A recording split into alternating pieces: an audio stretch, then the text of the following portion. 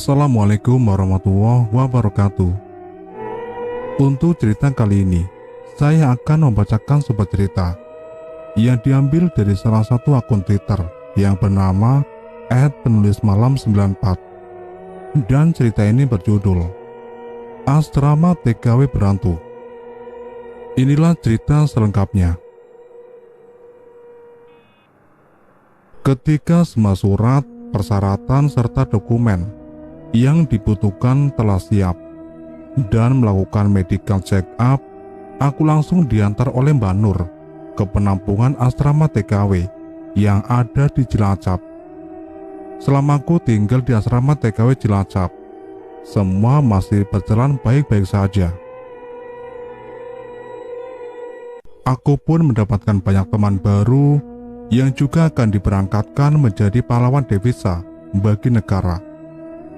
Beberapa di antaranya, mereka bertujuan ke Malaysia, Singapura, Hong Kong, Taiwan, dan juga negara Timur Tengah, yaitu Saudi Arabia, Mesir, Kuwait, serta Qatar. Tak terasa, waktu berlalu sudah 2 bulan, aku menyelesaikan pendidikan bahasa Kantonis. Karena Hong Kong yang merupakan awal niat tujuanku untuk bekerja. Beberapa kali aku interview dengan calon majikan melalui face kamera. Namun entah mengapa si calon majikan itu ini selalu meng-cancel. Karena aku disebut belum ada pengalaman bekerja dan juga masih terbatas dalam bahasa yang baru saja 2 bulan aku kuasai. Dengan sabar aku menunggu dan terus menunggu di penampungan asrama TKW cabang Cilacap sampai dengan hampir 6 bulan. Karena bagiku tidak ada kejelasan tentang keberangkatan menuju Hong Kong. Si sponsor Mbak Nur kemudian menyarankan untuk aku mengganti negara tujuan menuju ke Taiwan saja. Awalnya, jujur saja aku merasa sangat keberatan karena itu membuatku akan semakin lama berada di asrama Cilacap, sebab harus mengulang pelajaran bahasa Mandarin selama kurang lebih 2 bulan. Dengan bujuk rayu dan ucapan manis sponsor, aku pun yang sudah kepalang bahasa berada di asrama itu lama, akhirnya mengikuti sajalah apa yang menjadi sarannya. Aku dijanjikan akan mendapatkan gaji lebih jika bekerja di negara Taiwan. Dan lagi pula, akan ditempatkan bekerja di rumah sakit menjaga lansia, yang mana pekerjaan itu tidak seberapa berat jika dibanding bekerja membersihkan rumah dan mengurus anak. Mbak Nur pun berujar jika aku memilih untuk menjadi TKW ke Taiwan. Aku langsung diberangkatkan ke asrama TKW yang berada di tempat pusat, yaitu di daerah Bekasi, dan melakukan pelajaran bahasa Mandarin di sana. Mendengar hal tersebut, aku pun dengan optimis untuk pindah negara tujuan. Benar saja, lusa kemarin kemudian, aku diantar Mbak Nur menuju asrama TKW yang berada di Bekasi itu. Sesampainya di sana, aku yang baru saja menginjakkan kaki masuk ke dalam gerbang asrama pusat, melihat ke sekeliling wilayah itu dengan agak sedikit berkedip ngeri. Bagaimana tidak, gedung asrama TKW pusat terlihat bangunannya sudah tua dan dihiasi lumut serta cat tembok yang sudah mulai mengelupas. Di halaman depan pun dihiasi oleh pohon beringin tua yang menambah kesan mistis. Lamunanku kemudian dikejutkan oleh Mbak Nur yang mengajakku masuk ke dalam gedung asrama khusus bagian negara Taiwan. Oh ya teman-teman, asrama TKW pusat ini dibagi menjadi 3 gedung ya. Gedung A khusus untuk mes para staf administrasi, kantor, dapur umum, ruang belajar bahasa, dan juga mes para driver. Dan gedung B khusus asrama para TKW yang ingin menuju ke Timur Tengah. Dan yang terakhir, Gedung C, khusus asrama para TKW yang ingin menuju ke negara Hong Kong, Malaysia, Singapura, Brunei, dan Taiwan. Pandanganku masih bergerilya mengamati ruang demi ruang yang berada di gedung C, hingga ketika Mbak Nur yang berjalan di depanku menghentikan langkahnya tepat di pintu ujung gedung tersebut, yang persis bersebelahan dengan tempat pembuangan sampah. Untuk sesaat, aku menelan ludah melihat tempat baru yang akan kusinggah ini lebih buruk daripada yang berada di Jabang Cilacap. Duh, ini asrama pusat kok serem banget, dan buat gak nyaman di sini ya, batinku. Di sana nampak berjajar tempat tidur tingkat, dan ada beberapa lemari besar untuk penyimpanan barang. Tiba-tiba ada semilir angin yang membuat bulu kuduku makin berdiri. Ketika aku melihat tempat di atas pembuangan sampah, itu ada pohon jamblang besar. Aku yang masih diliputi rasa was-was, tidak nyaman, sekaligus canggung, karena harus beradaptasi dengan lingkungan yang baru. Terpaksa harus berpura-pura mengumbar senyum, menyapa teman-teman yang sudah terlebih dulu ada di sana. Satu persatu kuhampiri, menjulurkan tanganku untuk berkenalan dengan mereka dan saling berbincang satu sama lain. Hingga ketika masuklah seseorang calon TKW yang mungkin kutebak umurnya tidak berbeda jauh dariku, langsung menghampiriku dengan tatapan yang sangat ketus. Aku masih mencoba tersenyum padanya dan menjulurkan tanganku kembali untuk berkenalan. Namun, wanita itu tidak bergeming. Udah Fit, biarin aja, gak usah digubris. Dia tuh namanya Darsina, orangnya paling aneh di sini. Anggap aja dia gak ada, ujar Mbak Eka yang duduk di sebelahku. Menurut info dari Mbak Eka dan teman-teman para calon TKW yang lain, awal mula Darsina masuk ke penampungan TKW pusat ini normal seperti pada umumnya. Darsina juga terkenal periang, baik hati dan rajin piket kebersihan. Darsina berasal dari penampungan TKW cabang Indramayu yang telah selesai melakukan pembelajaran bahasa selama di penampungan cabang dan akan segera diberangkatkan menuju ke Singapura. Naas, Darsina yang terkenal periang dan lincah tiba-tiba tergelincir jatuh dari pohon jamblang ketika ia sedang memanjat ingin mengambil buah tersebut. Akibatnya, tulang pinggul Darsina terkilir dan membuat tubuh Darsina ini panas kejang pada malam harinya. Darsina sempat meracau tidak jelas kepada Mbak Yayu yang kini sudah diberangkatkan ke negara tujuannya. Jika Darsina kerap didatangi sosok wanita mengerikan yang tangan dan kakinya terpasung, wanita itu terus menghampiri Darsina dan minta bantuannya untuk membalaskan dendam. Darsina pun menjadi sering kesurupan dan mengamuk tidak jelas. Bahkan kejadian itu memicu 30 TKW lainnya ikut merasakan kesurupan massal. Kala itu, pengurus asrama TKW tidak mau ambil pusing untuk kejadian hal yang di luar nalar. Yang terpenting ketika Darsina sudah pulih dari cederanya, ia akan segera diberangkatkan negara tujuan karena si majikan sudah menunggu di sana. Namun karena kondisi Darsina yang terus memperhatinkan, terpaksa PT yang akan memberangkatkan Darsina harus mengcancel keberangkatannya. Darsina semakin hari semakin tidak terkendali, dan dirinya menjadi memiliki dua kepribadian. Terkadang Darsina berperilaku seperti biasanya, tapi seringkali Darsina berperilaku aneh. Darsina tidak ingat siapa dirinya, memakan rumput mengacak-acak sampah, dan juga berteriak-teriak tidak jelas. Aku menanyakan kepada Mbak Eka, mengapa Darsina tidak dibawa pulang kepada keluarganya saja.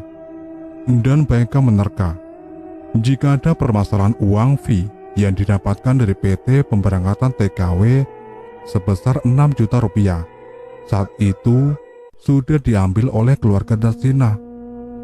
Dan oleh sebab itu, jika Darsina ingin dipulangkan ke kampungnya, keluarganya harus menebus Darsina seharga 6 juta rupiah, plus pembuatan paspor, plus biaya makan selama Darsina selama di asrama TKW. Keluarga Darsina yang memang bukan keluarga mampu tidak sanggup membayar penalti dari PT pengirim TKW yang hanya bisa pasrah menjaminkan Darsina berada di sini. Mendengar hal itu, setidaknya aku merasa prihatin dengan permasalahan yang menimpa Darsina. Dari kejauhan kuperhatikan Darsina hanya tertunduk. Sesekali ia berbicara sendiri di tempat tidurnya yang lusuh dan juga agak berbau. Entah mengapa rasa kemanusiaanku muncul. Rasanya aku ingin mengenal Darsina dan berbicara dari hati ke hati. Sengaja aku memilih tempat tidur yang tepat berada di sebelah Darsina. Walaupun di sisi lain ada sedikit perasaan takut, namun aku tetap memberanikan diri agar supaya bisa lebih mengenal Darsina. Tak terasa waktu bergulir. Kini saatnya makan malam bagi para seluruh calon TKW. Aku berjalan bersama Mbak Eka menuju gedung A untuk mengambil jatah makanan kami. Aku yang terus teringat akan Darsina, tak lupa juga mengambilkan jatah makanan untuknya. Fit, kamu itu ambil jatah 2 makanan, itu buat siapa toh? Jangan bilang buat Darsina, tanya Mbak Eka dengan menaikkan alisnya. Enggak Mbak, kasihan ke Darsina, pasti dia kemakan kalau gak diambilkan, jawabku. Mbak Eka hanya menggelengkan kepalanya dan kemudian tersenyum. Kamu kok ngeyel sih kalau dikandani? Darsina itu sudah berwujud setengah setan. Dia gak akan merasa lapar, Fit. Saranku, kamu gak usah deket-deket Darsina. Nanti bakalan muncul kesurupan Mas lagi. Apa kamu mau tanggung jawab? Tanya Mbak Eka ketus. Aku paham ada kekhawatiran di wajah Mbak Eka mengenai Darsina. Namun bagaimanapun Darsina tidak boleh dijauhi. Seharusnya disupport dan didoakan agar cepat pulih, batinku. Aku tetap memaksa mengambil 2 jatah makanan. 1 untukku habiskan duluan. 1 lagi aku berikan kepada Darsina sesudahnya. Segera aku mendekati Darsina yang hanya menatap kosong ke arah tembok, dan dengan terbata-bata aku berucap, "Permisi, ini makan dulu ya Darsina. Pasti kamu lapar seharian belum makan." Darsina yang menatap kosong ke arah tembok tiba-tiba menolehkan wajahnya kepadaku sambil berkata, "Tolong aku, tolong sempurnakan aku. Aku ingin pulang. Aku tidak mau disisir lagi." Sontak aku yang kaget segera membaca doa-doa yang kuingat. Aku menggenggam tangan Darsina kuat-kuat. Darsina lalu menangis pilu sejadi-jadinya dan akhirnya tergeletak pingsan. Keadaan itu membuat kamar asramaku mendadak sepi karena sebagian pergi menjauh dari Darsina dan hanya beberapa calon TKW yang masih ada di dalam kamar membantu membaca bacakan doa di sekelilingnya. Wes ngerti Taufik, sekarang kamu lihat sendiri kan, kalau Darsina ini sudah bukan manusia lagi, ucap Mbak Eka dan agak membentak. Maaf Mbak Eka, bukannya saya mau ngeyel, tapi mesake. Kasihan Darsina, Takutnya nanti sakit, Mbak, jawabku dengan nada datar. Yo nggak mungkin sakit lah, wong Darsina itu setan kok, sahut Mbak Yanti yang kesal melihatku membela Darsina. Di tengah perdebatanku dengan teman-teman calon TKW lain, perlahan mata Darsina terbuka dan mulai berucap, "Maaf, saya lagi dan lagi membuat kegaduhan di sini. Terima kasih Mbak Fitri sudah mau peduli sama saya. Saya tahu Mbak Fitri orangnya baik, tetapi maaf, terkadang saya seperti orang yang lumpuh dikendalikan oleh sesuatu, dan bahkan seringkali tidak sadar siapa saya," ucap Darsina agak sedikit bergetar. Ini Darsina asli apa setan toh? Kalau sampai Darsina asli, cepat mandi sana. Kamu itu bau, bikin risih saja. Jangan lupa, newe sadus boya sholat lo Darsina, ben kamu gak terus-menerus kesurupan, ujar Mbak Eka. Enggak Mbak, maaf, ucap Darsina lemah sambil mencoba bangkit dari tempat tidurnya menuju kamar mandi. Aku berusaha untuk memopok tubuh Darsina dan sempat menawarkan untuk membantunya membersihkan diri. Tetapi Darsina menolak, mungkin karena ia merasa canggung baru pertama kali bertemu denganku. Setelah keluar dari kamar mandi, kulihat Darsina mengambil mukena dan sajadah yang akan ia pakai untuk sholat Isya. Kuperhatikan dari belakang Darsina saat ia sedang mengadu kepada Tuhannya di antara sujud. Ada rasa iba yang besar mengalir di hatiku. Aku yakin Darsina akan pulih seperti sedia kala dan akan bisa melanjutkan mimpi mengubah hidup keluarganya di kampung halaman dengan cara menjadi TKW. Nah, ketika Darsina sudah selesai menunaikan ibadahnya, ia menghampiriku yang sedang duduk di tempat tidur. Sembari makan, sedikit banyaknya Darsina mulai bercerita dari mana asal-usulnya dan menceritakan pengalaman traumatis yang ia alami sampai harus menjadi seperti tawanan yang terpasung di PT pemberangkatan TKW tanpa kejelasan.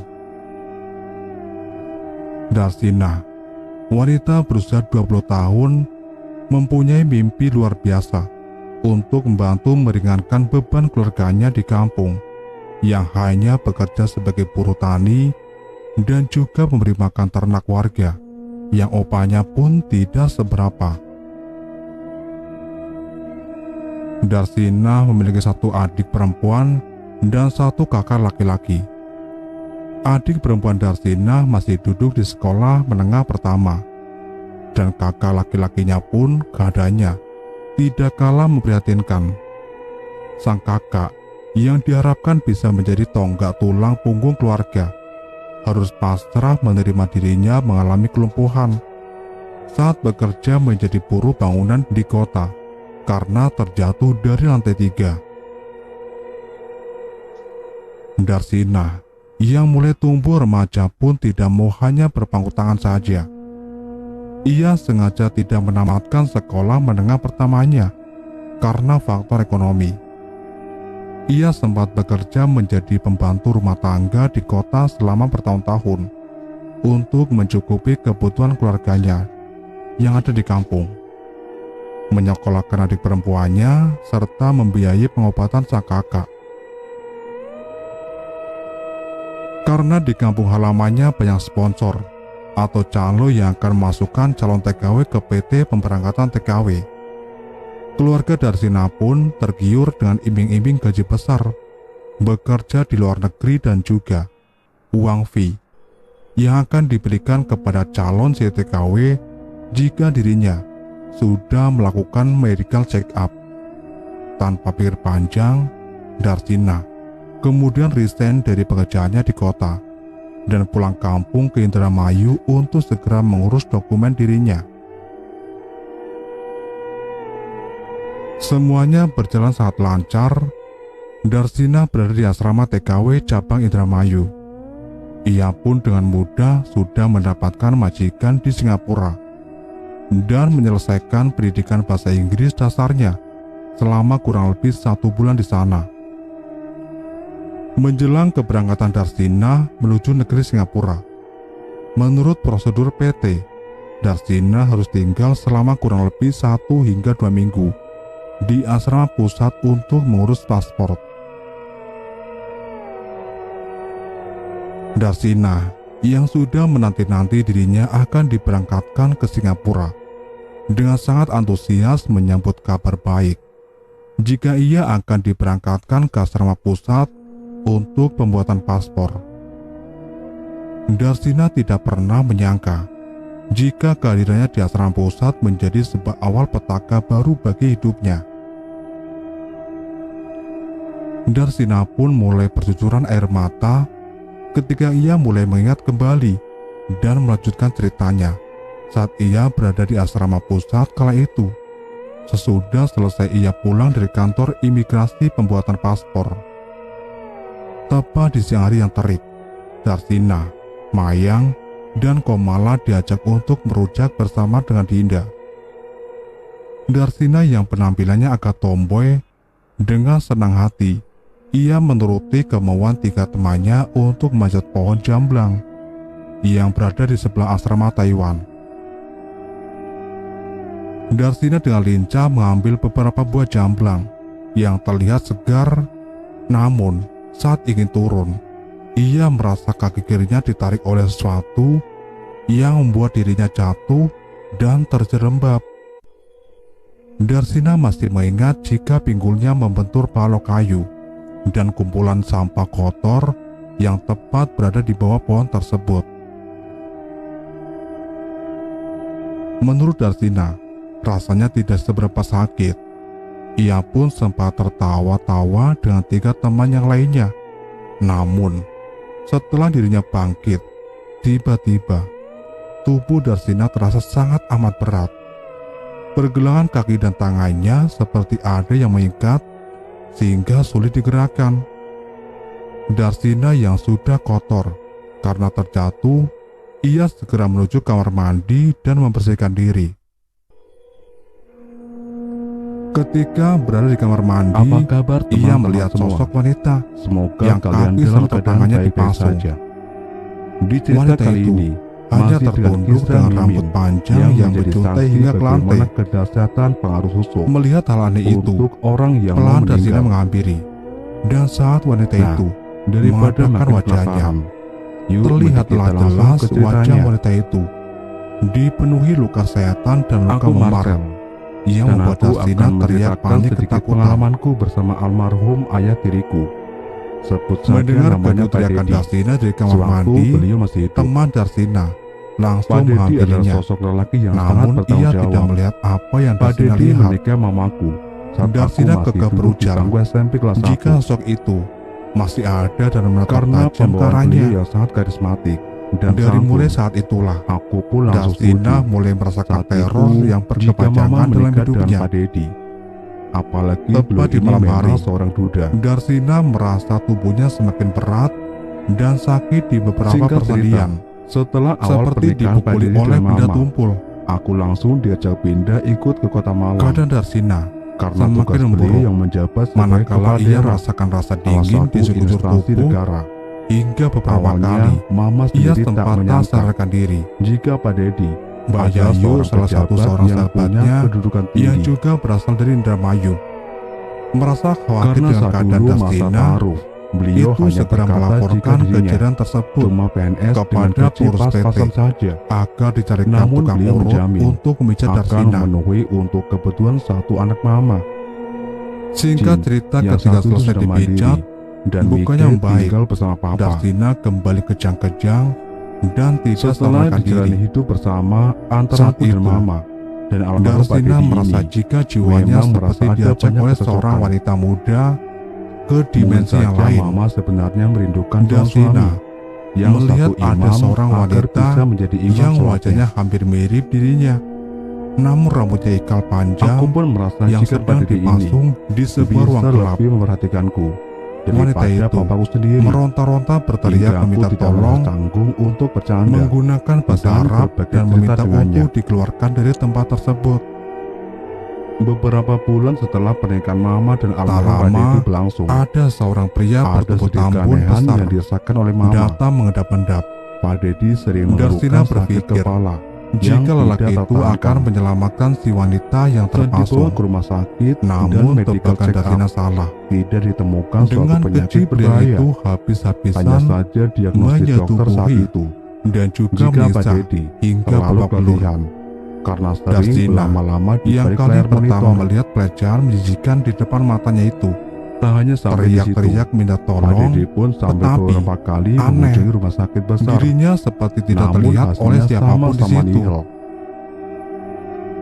Karena menurut Pak Darsina akhirnya Dedi, mengerti rasa jika sakit ia di tadi kepalanya diajak oleh seorang kian hari wanita kian muda buruk. ke dimensi yang lain Ia memutuskan untuk untuk pulang ke melihat rumah ibunya di kebarekadegan Bandung. peristiwa yang tak Pak pernah Dedi ini terungkap asli orang kebenarannya. Bandung yang dinas kerjanya di Jawa Tak Timur. berhenti sampai di situ.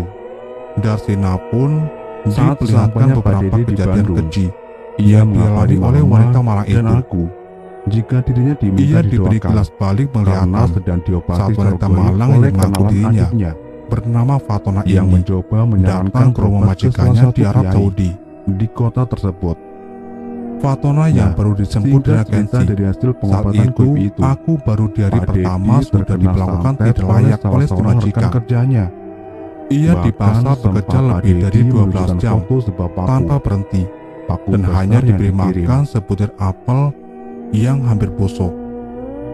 Mama Oh sangat ya, takut sekaligus Darsina khawatir pun ketika menjelaskan itu, di keluarga itu mengingat Pak terdiri Dedi ini dari akan sepasang diberi suami kunjungan istri dinas ke Sulawesi dan keesokan seorang anak harinya. laki-laki yang mungkin Setelah berusia kejadian remaja. santet paku berlalu, tidak pernah ada lagi kejadian-kejadian yang Hari-hari yang misterius dijalani menimpa Fatona Pak Dedi. begitu sangat berat. Hingga Ia tepatnya diancam tahun untuk tidak 2009, boleh berbicara kepada kondisi tetangga tubuh Pak Dedi dan bersembunyi tiba-tiba jikalau drop. ada tamu yang Pak datang Dedi berkunjung. bahkan harus dilarikan ke rumah sakit Hingga suatu karena ketika, tak sadarkan diri. Fatona yang Setelah kelelahan mengeluarkan bekerja banyak darah tak segar sengaja dari lubang membuat baju si anusnya. majikan perempuannya ini rusak karena Setelah disetrika. pengecekan menyeluruh, dokter Fatona memvonis dengan jika jujur Pak mengakui Dedi perbuatannya. terkena kanker Namun usus si stadium majikan 3 malah dan harus menempelkan diambil setegak keputusan panas ke tindak wajah operasi. Fatona dan langsung Lambat memukuli laun Pak Dedi Fatona harus menyerang dengan kayu penyakit penggilingan kanker adonan. yang menggerogotinya.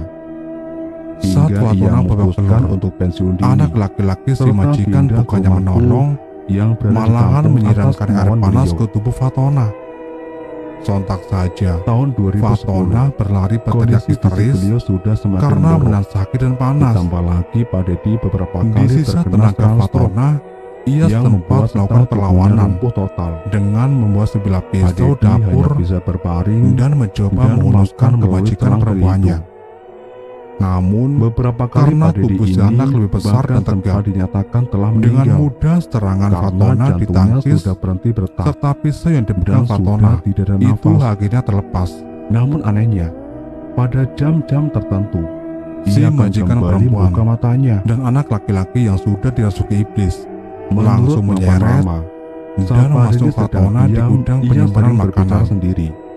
Padahal hal Tak lupa tersebut kembali tidaklah mereka mungkin, berdua mengajar karena Fatona Pak Dedi sudah dengan tidak membawa bisa buta berbicara. dan pisau yang Bahkan digunakan Mama Fatona berkata, untuk melindungi jika diri. Pak Dedi suka Akhirnya, menatap penuh amarah Berbalik dan dipakai si seperti majikan merah perempuan untuk melukai wajah cantik saat menjelang Fatona kematiannya. hingga Ada berlumuran hal-hal aneh darah. lainnya yang turut aku rasakan.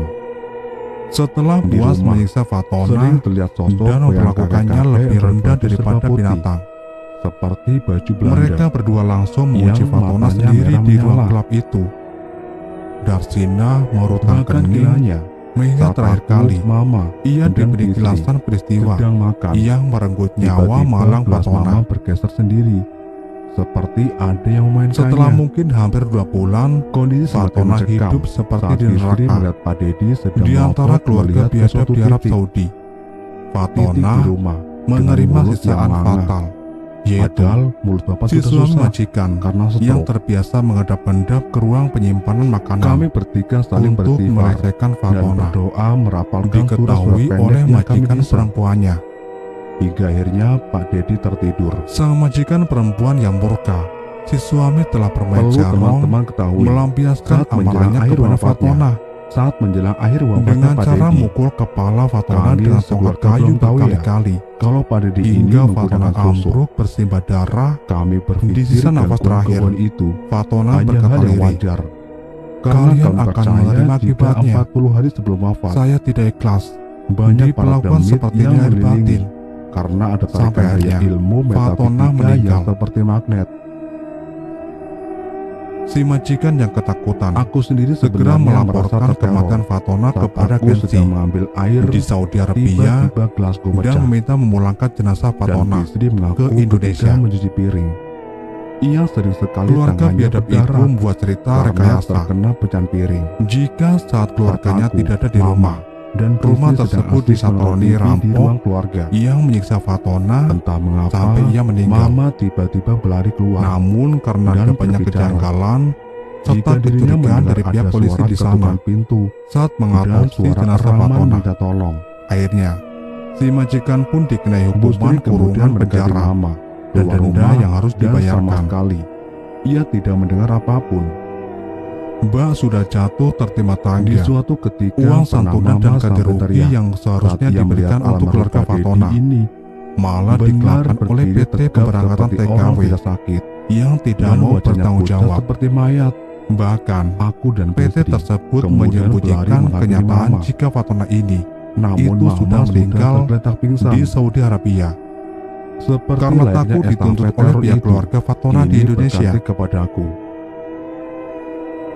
Saat jenazah Keesokan Fatona harinya, dipulangkan, saat aku menonton para bola petinggi hingga larut PT malam, penerbang TKW tiba-tiba berniat untuk channel TV langsung itu menguburkan berpindah-pindah langsung sendiri. jenazah tersebut Aku yang di sempat TPU berpikir terdekat mencoba menenangkan agar diri, permasalahan Fatona meyakinkan jika bisa itu cepat hanyalah remote selesai. TV yang rusak. Sungguh malang Aku nasib kemudian Fatona. mematikan TV untuk Niatnya sekejap mencari uang di negeri dan Arab, melanjutkan harus menonton ia bola bayar kembali. dengan nyawanya. Namun, saat Setelah keadaan selesai TV yang Darsina mati, diberi karena penglihatan adanya ke seluruh efek kisah pantulan kelam cahaya di Fatona, layar TV tersebut, arwah Fatona samar-samar berbicara kulihat. kepadanya, Ternyata ada Pak Dedi yang "Maafkan duduk di saya sampingku. Darsina, saya harus meminjam ragamu untuk Sontak membalaskan saja dendam aku saya di menoleh, Indonesia namun tidak ada kepada siapa-siapa. pengusaha pemberangkatan tenaga Aku kerja mengurungkan yang keji niatku itu. untuk menyalakan Tolong TV bantu kembali. saya menyelesaikan dendam saya, Segera aku Darsina," beranjak pergi ke kamarku. minta arwah Fatona. Saat aku baru saja Darsina ingin yang iba memejamkan mata, dan juga terbawa aku perasaan lihat kesal. siluet almarhum Ia Pak pun Dedi setuju dengan sedang permintaan duduk di tempat Fatona. tidurku. Aku berkali-kali mengucap Darsina istighfar kala itu karena berpikir ketakutan panjang sampai aku terlelap jika ia tidur. sama saja menyetujui rekannya. Aku yang Dikuasai sudah arwah merasa penasaran terganggu, yang haus akan kemudian balas mengajak dendam. Mama untuk bicara dari hati ke Tutup hati. cerita Darsina. Aku kemudian Aku menanyakan minta bagaimana Mama kelanjutan segera Darsina. memanggilkan Pak untuk Ustadz kedepannya. supaya segera mendoakan almarhum Karena Pak Dedi. bagaimanapun Darsina Jika harus memang kuat sudah waktunya, dan bangkit, jangan biar mau segera dikendalikan nyawanya oleh dicabut arwah oleh sang penasaran pemilik kehidupan, yang haus akan yaitu dendam. Allah Subhanahu wa Ta'ala. Darsina hanya Agar menggelengkan membuatnya kepalanya. pun semakin tersisa. Ia sendiri Bayangin teman-teman, seperti sudah terperangkap oleh almarhum arwah ini bisa Fatona dibilang hampir yang ada 5 kali sewaktu-waktu mengalami menguasai kematian. rekannya Namun dan bisa juga hidup secara lagi. tidak langsung terpasung di asrama TKW Kebayangkan gimana sakitnya melewati karena sakaratul kondisinya maut yang belum stabil. yang sebanyak itu. Darsina pun berkali-kali dianjurkan pindah negara Akhirnya, tujuan Bisri Sama manggil Pak Ustadz, sepertiku. sebut saja namanya Ustadz Udin. sambil Yang memang menunggu keadaannya membaik. Beliau penuntun orang-orang dari yang hari ke mengalami hari, sakit keras Belum ada perubahan dan yang menjelang berarti. sakaratul maut. Terakhir kali aku Saat masih Ustadz penasaran Udin bertanya baru kepada saja membuka Darsina, pintu rumah. bagaimana Ia cara sudah Fatona geleng-gelengkan ini kepala. membalas dendamnya kepada Mama dan PT istri Pemberangkatan sempat TKW. menanyakan ada apa. Pak Ustadz hanya terdiam Darsina dan masuk untuk ke dalam sesaat kamar terdiam tempat di mana dan almarhum Pak menarik nafas Dedi panjang. itu dibaringkan. Ya, Pak mungkin dengan Ustadz cara langsung merasuki membisikkan tubuh saya, sesuatu di telinga Pak Dedi. Fatona bisa meneror para petinggi perusahaan tersebut Assalamualaikum Pak dan Dedi. membuat calon TKW yang Pak lain Dedi menjadi jangan tidak takut. betah. Saya Sebenarnya, cuma ingin mendoakan Fatona Pak Dedi ini ya. hanya minta petinggi PT Pak Dedi hanya Pemberangkatan mengangguk, TKW menandakan bertanggung ia jawab masih dengan menangkap cara omongan memulangkan dari Pak kembali Ustadz jenazah Fatona yang mendengarkan kampung apa halamannya yang Pak Ustadz sampaikan. dan mengembalikan uang kematian yang Pak seharusnya Dedi, diserahkan Pak Dedi kepada harus ikhlas keluarganya ya. di kampung. jika Allah Subhanahu wa Ta'ala menghendaki untuk mengambil nyawa Fatona Bapak, pun berpesan Karena jika PT Allah lah ini ia tidak memiliki bertanggung kuasa jawab atas semua kehidupan dan makhluk di sebaiknya dunia ini. calon TKW yang lain mencari agensi perusahaan penerbang Kematian TKW adalah pasti. yang sudah jelas Semua secara akan lisensi. kembali ke dalam tanah. Namun karena sudah Hanyalah amal berbeda alam, ibadah yang akan kita bawa Fatona untuk tidak bisa bertemu Sang mengungkapkan Pencipta. apa yang menjadi keinginannya Jadi, tanpa Pak Dedi melalui nggak usah perantara takut ya. mediasi. bisik Pak Ustadz lembut. Baru saja mulut Darsina Mendengar berhenti hal itu, berbicara. Pak Dedi Setiba tiba-tiba tubuh Darsina menangis terdesak. kembali bergetar. Pak Ustadz tersenyum dan Matanya kemudian menjadi berkata, putih semua dan mulai berteriak-teriak Dedi, tidak jelas. saya mohon, tolong Bapak Mereka yang ikhlaskan berada di luar dan langsung leburkan merengsek masuk semua ke yang kamar tertanam di tubuh Bapak. karena ternyata Allah di luar pasti sudah akan terlebih menerima dulu tobat Pak ada Dedi. 10 orang mengalami kesurupan Karena massal. Allah Maha Penyayang lagi Maha Ini pasti Pengampun. kerjaanmu, Taufid. Kamu ini anak baru, kongel banget Belum dari selesai kandani. Pak Ustadz berbicara dengan Pak Dedi. Wes tak bilang, Mama jangan seperti dekat-dekat memotong dengan pembicaraan. Darsina. Sekarang kamu Loh, coba tanggung jawab. Maksud Pak Ustadz apa Bentak ya? Baika dan Apa menunjuk-nunjuk maksudnya wajahku tertanam? dengan bengis. Apa Aku suami saya menghela kena nafas, nafas yang ditanam orang mencoba Pak? untuk fokus Tanya Mama. dan bacakan doa di telinga Pak Darsina Ustadz menjawab dengan tersenyum. sambil memeluk tubuhnya erat. Maaf Bu, suami ibu memang Tak saya ku lihat pedulikan ada suara unsur teriakan pengaruh Baika guna. yang mulai Namun, berkata kasar Yang saya kepadaku, bicarakan barusan adalah bahwa Tona, barang atau susu tolong, yang sengaja ditanam kamu di kasihan tubuh sama Pak Dedi Darsina. sendiri. dia sama seperti kamu, terpasung di PT Ada ini karena ambisi 1/3 kamu berlian di dahi beliau yang mau balas dendam. untuk memancarkan aura Bisiku di kebijaksanaan. telinganya. Seketika Dua tubuh susuk emas Darsina di pundak melemas sebagai dan lambang tergeletak kewibawaan, tak sadarkan diri. dan satu susuk intan permata di Dari bibir luar, untuk dengar suara percakapan orang beliau yang dalam kesurupan berbicara. pun sudah senyap. Untuk saat aku bisa bernapas Almarhum lega ini sebagai karena peneliti kesurupan masalah itu sekaligus moderator tidak sampai memakan waktu jobdesknya. lama. Jadi wajar saja jika harus dipasang Keesokan susuk di harinya, bibir. aku dipanggil Mungkin saat kantor beliau gedung A sedang membawakan karena materi. mendapat aduan Lidahnya jika sudah akulah tidak penyebab keluh dan kesurupan tidak massal berkelit-kelit. dan kegaduhan dalam di asrama menyampaikannya. gedung C. Aku kemudian Mama sangat diinterogasi tidak dengan percaya ketus oleh dengan seorang wanita apa yang tua Pak Ustadz katakan. yang ku ketahui adalah Jangan, Mama. pemilik perusahaan. Aku pun tidak percaya karena Pak Dedi yang kami kenal Singkat cerita, sangat santun dan aku agamis sekali. diancam untuk tidak berbicara apapun Beliau sangat yang ku rajin dengar dari dan Darsina. tidak sampai Karena ketinggalan jika aku sholat lima sedikit waktu. saja berkomentar, Dan aku betul-betul memahami akan rukun dilaporkan Islam ke maupun polisian rukun iman. karena pencemaran nama baik Bagi kami, dan tindakan beliau tidak mungkin menyenangkan sampai karena berbuat tuduhan musyrik tanpa seperti bukti. itu. Aku pun tidak mengerti Mama yang tak apa langsung salahku percaya ucapan sampai Ustadz dikenai Udi. hukuman piket Sampai-sampai selama 1 bulan penuh, menelpon keluarganya di membersihkan Bandung kamar mandi serta untuk dapur sekedar umum. mengkonfirmasi kabar Dan bagi tersebut. Darsina, Apakah ia dulu Pak Dedi dipindahkan ini kamarnya sempat ke memakai gudang susuk atau belakang tidak? asrama. Dari percakapan via Selama telepon 2 antara bulan ibu dan lebih, Pak Dedi dan Aku Mama menjalani di Pemuka keseharianku di asrama Sarta, yang pusat mewujudkan bagi dengan kami perasaan yang luar biasa yaitu tidak nyaman. Pak Dedi sebenarnya Aku hanya memiliki memang seorang menggunakan sahabat yaitu susuk. Darsina. Walaupun terkadang ia Dari seringkali ibunya Pak tidak Dedi, sadarkan kami diri pun mengetahui dan merasa tidak jelas. jika alasan beliau memakai susuk Oh iya adalah teman-teman, sebagai bentuk ada rasa sebuah keanehan ketidakpercayaan lain diri yang kurasakan selama untuk bersahabat tampil dengan di Darsina depan ini. publik. Selain aku bersahabat Di dengan sisi lain, Darsina, alasan beliau ternyata menggunakan susuk Fatona sempat adalah beberapa kali Pak Dedi sering membantuku diberi dalam guna-guna mencarikan oleh rekan majikan. sejawatnya. Sulit bagi kami menerima Pernah suatu kenyataan waktu, di balik sosoknya saat aku selesai yang belajar karismatik bahasa dan Mandarin, santun. Ternyata aku dipanggil Pak kantor Dedi ini bisa untuk melakukan menyembunyikan interview kenyataan face lain cam dari sisi dengan gelapnya. calon majikanku yang baru. Ya, Majikan mungkin itu benar yang mengaku dikatakan orang. pekerjaanku hanya menjaga Sebaik-baiknya seorang manusia kakek dan pasti menjaga memiliki rumah. keburukan selama di dunia. Aku perhatikan Mama segera wajah si menghampiri Pak majikan Ustadz laki-laki dan yang menyampaikan menginterviewku. pengakuan dari ibu Pak Dedi. Ini pun kelihatannya baik Pak Ustadz hanya dan tersenyum. hampir saja Ia aku telah mendapatkan mengetahui kontrak apa yang kerjaku di sebenarnya Taiwan. terjadi. Karena kodam-kodam yang Beruntung, mengisi susuk itu Darsina majakku saling untuk berinteraksi berbicara empat kepada mata kami. karena Hanya ada pesan untuk yang ingin menunjukkan disampaikan jika oleh sebenarnya Fatona mengenai mereka calon perlu majikanku diberi ini. makan atau dicas oleh Pak Dedi Fatona yang sedang terkurung merasuki lemas. tubuh Darsina dan berujar jika Pak majikan Ustadz pun itu menambahkan akan jika segala berperangai bentuk tidak gangguan baik. di rumah Dan adalah sebelumnya, efek dari kodam-kodam ia seringkali susuk berganti untuk ART mencari wadah karena baru sifatnya yang atau menyebalkan. tempat baru mereka bernaung. Aku yang kurang meyakini ucapan arwah penasaran Fatona. Sempat beberapa kali menanyakan asal-usul calon majikanku ini Pak ke Ustadz kantor, langsung merapatkan namun doa-doa staf di sana dan masih melantunkan ayat menutupi suci di kenyataan yang telinga Pak ada. Dedi. Hingga suatu ketika saat Seketika aku sedang tumpah Dede piket mengejang hebat membersihkan ruang dan kantor, dari mulutnya tak sengaja mengeluarkan air aku liur. melihat beberapa dokumen per TKW yang Setelah tercecer, diamati air dan ketika aku liurnya, baca, ada kilauan aku cahaya sangat yang terkejut berbentuk pecahan intan kecil jika si majikan yang akan dan beberapa menghairku pecahan ini kecil berlian sudah serta berulang emas. kali bermasalah dengan ART-nya. Pak Ustadz berkali-kali mengucapkan syukur kepada Allah Subhanahu Sontak wa Ta'ala saja aku membulatkan tekad karena untuk berhasil tidak menandatangani mengeluarkan susuk-susuk kontrakku itu. dengan si majikan tersebut. Seketika Kejadian Pak itu Dede berulang langsung kembali tak kedua sadarkan kalinya diri. saat ada tawaran pekerjaan untuk ngurus Dalam nenek, keadaan masih genting, seperti Mama pada tiba-tiba awal kejadian kesurupan pertama.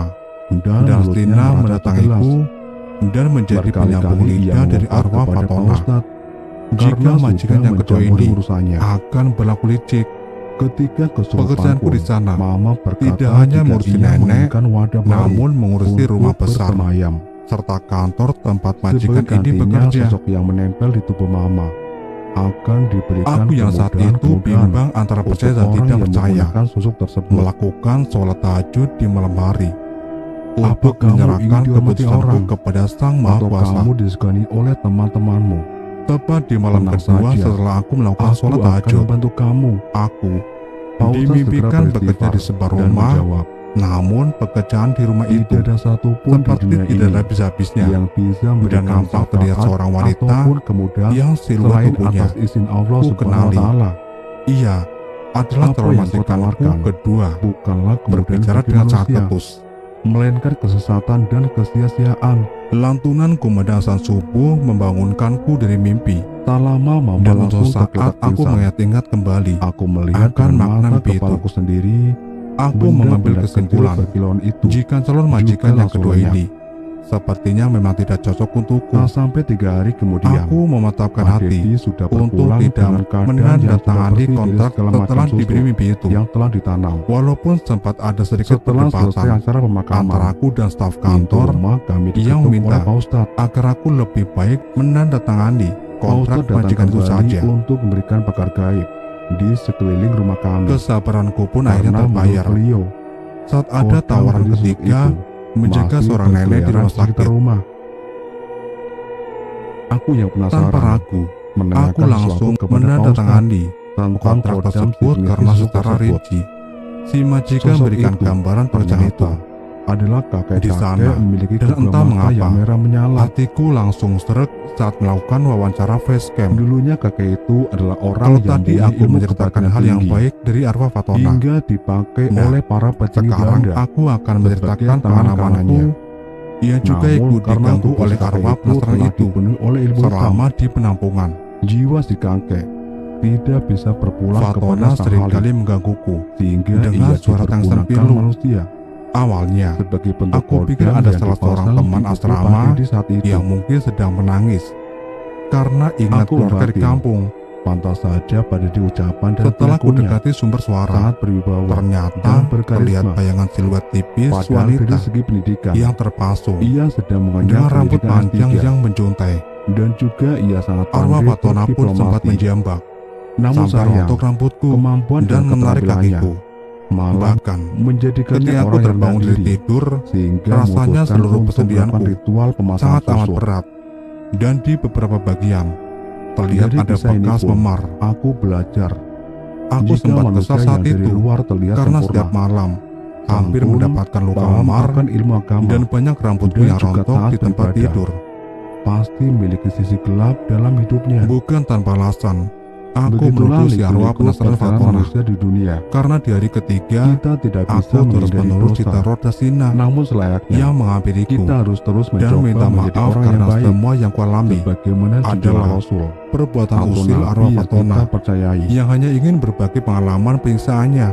Aku bilang seperti ini karena yang Bukan aku sekali percaya dua kali, semua aku agama melihat baik secara adanya, langsung bayangan arwah Fatona, sesuai kepercayaan suara tangisan masing-masing, dan sampai dan penyerangan menghindari fisik diri saat dari malam segala hari. bentuk kemusyrikan. Tetapi aku menerima semua peristiwa yang Mungkin kualami itu tadi sedikit pesan-pesan adalah dari sebagai cerita ini pertanda untukku yang bisa lebih bisa memberikan mendekatkan buat diri teman-teman. kepada Allah yang Dan di Maha sini, Kuasa Mimin agar juga selalu gak ada dihindari sedikit dari pun segala maksud bentuk gangguan untuk membuka dan aib tak kasat almarhum, mata. karena nama Dan sudah bagi Fatona, disamarkan. Aku hanya berpikir untuk bahan pelajaran mungkin yang ia saja. lakukan kepadaku adalah sebuah bentuk berbagi pengalaman pahitnya selama ia bekerja di luar negeri. Dan jangan sampai aku salah ataupun tergesa-gesa memilih majikan karena akan berdampak fatal. Akhir cerita, aku tak lama diberangkatkan ke negara tujuanku, yaitu Taiwan, dan benar-benar mendapatkan majikan yang baik di sana, sampai dengan kontrakku habis. Untuk kabar dari Cina, terakhir kali aku dengar karena pihak PT pemberangkatan TKW sudah muak dengan perilaku Dasina yang sering kesurupan. Mereka memanggil orang pintar untuk menyembuhkan Dasina, dan ia segera diberangkatkan ke negara tujuannya. Ketika kondisinya membaik, arwah Fatona sendiri masih ada di asrama TKW itu dan selalu menagih keadilan bagi dirinya dengan cara meneror para calon TKW lain yang akan diberangkatkan. Itulah teman-teman, peristiwa horor yang pernah Mimin Fitri alami selama di asrama TKW pusat. Di balik cerita horor tersebut, ada drama yang dibuat para petinggi perusahaan penerbangan TKW hanya untuk kepentingan pribadi. Ada banyak pelajaran yang bisa Mimin ambil dari peristiwa ini, yaitu buat teman-teman yang punya RT di rumah, tolonglah untuk saling menghargai dan memperlakukan dengan manusiawi ART, walaupun karyawan kalian. Karena derajat kita sama di mata Tuhan. Yang membedakan hanyalah amal perbuatannya. Dan pelajaran yang kedua adalah jangan sekali-kali menggunakan atau mengambil hak milik orang lain. Apalagi orang yang dirampas hak miliknya ini sedang benar-benar membutuhkan.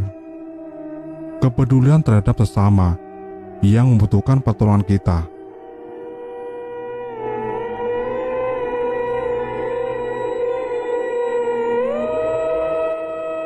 Itulah akhir dari cerita ini.